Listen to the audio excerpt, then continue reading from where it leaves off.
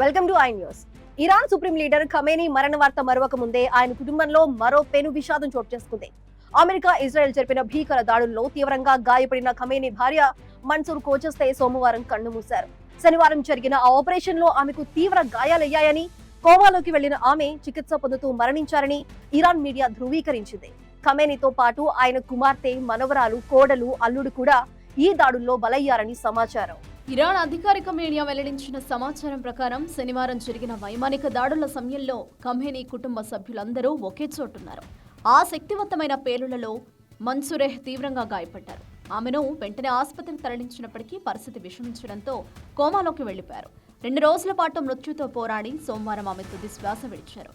Iran ప్రసార సంస్థ press TV ఆమెను షహీద్ అంటే అమరవీరురాలిగా అభివర్ణించింది. ఖమేనీ మరణంతో ఇప్పటికే దిక్కుతోచని స్థితిలో ఉన్న ఇరాన్కు ఆయన భార్య మరణం మరో పెద్ద దెబ్బగా మారింది. ఈ దాడుల తీవ్రత ఎంతలా ఉందంటే ఖమేనీ దంపతులతో పాటు వారి తర్వాతి తరం కూడా బలైపోయింది. ఖమేనీ కుమార్తె, మనవరాలు, కోడలు, అల్లుడు ఇలా కుటుంబం మొత్తం ప్రాణాలు కోల్పోయారు. 1947లో మష్హద్లోని ఒక వ్యాపారి కుటుంబంలో జన్మించిన మన్సూరెహ్ 1964లో ఖమేనీని వివాహం చేసుకున్నారు. వీరికి 6 సంతానం. అయితే ఆమె ఎప్పుడూ బయటి ప్రపంచానికి, రాజకీయాలకు దూరంగా ఉండేవారు.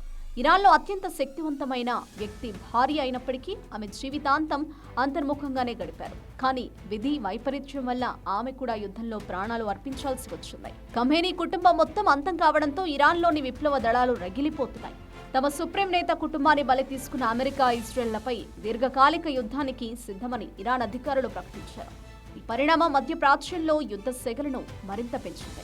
ఇరాన్ ప్రజలు కూడా ఈ విషాదంతో వీధుల్లోకి వచ్చి నిరసనలు తెలుపుతున్నారు. ఇటు ఇరాన్లోని కీలక వ్యవస్థలను అమెరికా ధ్వంసం చేస్తుంటే అటు అగ్ర నాయకత్వం మొత్తం కన్నుమూయడం ఆ దేశాన్ని అంధకారంలోకి నెట్టేసింది.